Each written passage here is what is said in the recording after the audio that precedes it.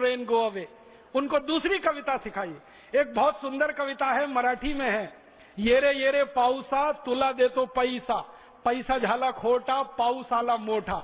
माने बारिश बारिश तुम जल्दी आओ, जोर जोर से आओ, नहीं आओगी तो मैं पैसा देने को तैयार हूं तुमको, एक बार आ जाओ, क्योंकि भारत बारिश पे ही चलता है, क्योंकि यहाँ अन्न बारिश पर ही पकता है।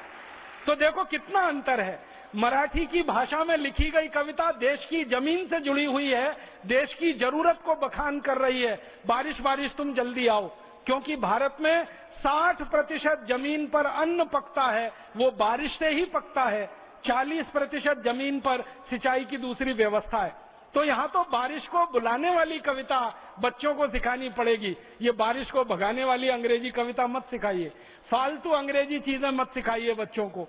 Twinkle twinkle little star how I wonder what you are, Johnny Johnny yes papa eating sugar no papa, open the mouth, फिर हा हा हा।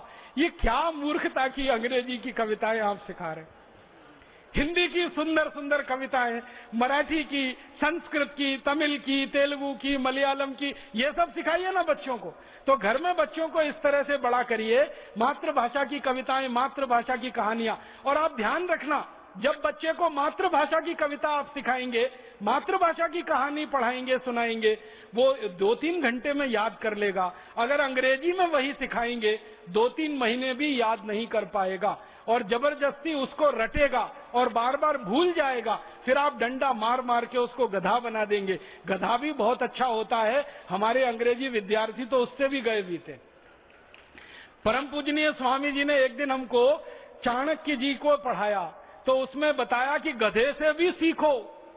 तो गधा भी कितना ऊंचा है, यहाँ तो अंग्रेजी वाले उसके भी नीचे हैं, उससे क्या सीख सकते हैं हम अंग्रेजी वाले से?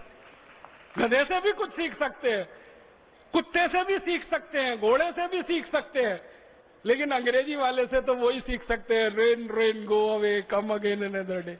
तो ये अंग्रेजी घर में से निकालो, जीवन में से निकालो।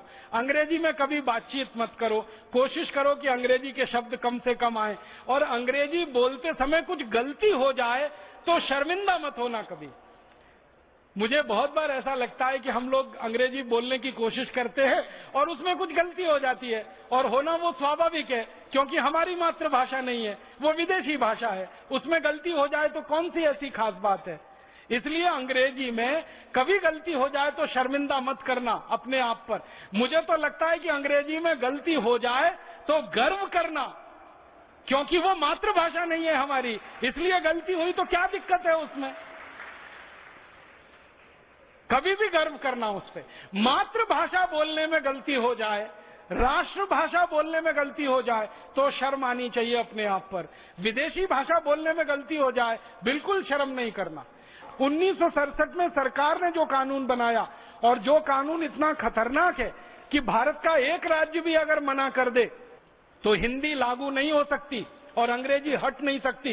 इस कानून को जल्दी से जल्दी बदलवाना है, और जरूरत पड़े तो संविधान के अनुच्छेद 343 में संशोधन कराना है, और इसके लिए भारत स्वाभिमान की ताकत को बढ़ाना है।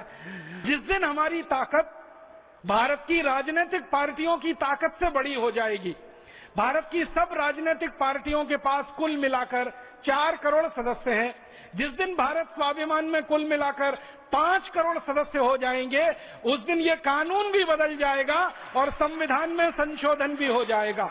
तो हमारा लक्ष्य बहुत स्पष्ट है कि भारत स्वाभिमान की तरफ से संविधान में जरूरत पड़े तो संशोधन, कानून को तो पूरी तरह से बदल देना है जो 1967 में बना है, और नीतियों को बदल देना है, नियमों को बदल देना है।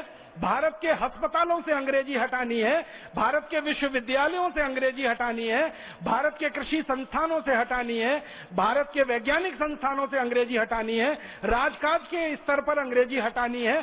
जहां जहां अंग्रेजी भाषा के रूप में उपयोग हो रही है उस सब जगह से अंग्रेजी को हटाना है, और इसके लिए हमारे पूरे भारत की 22 भाषाओं को बोलने वाले, जीने वाले और उसमें आचरण करने वाले लोगों की ताकत को खड़ा करना है, क्योंकि ये 22 भाषाओं के बोलने वाले नागरिकों की ताकत है जो अंग्रेजी को हटाएगी।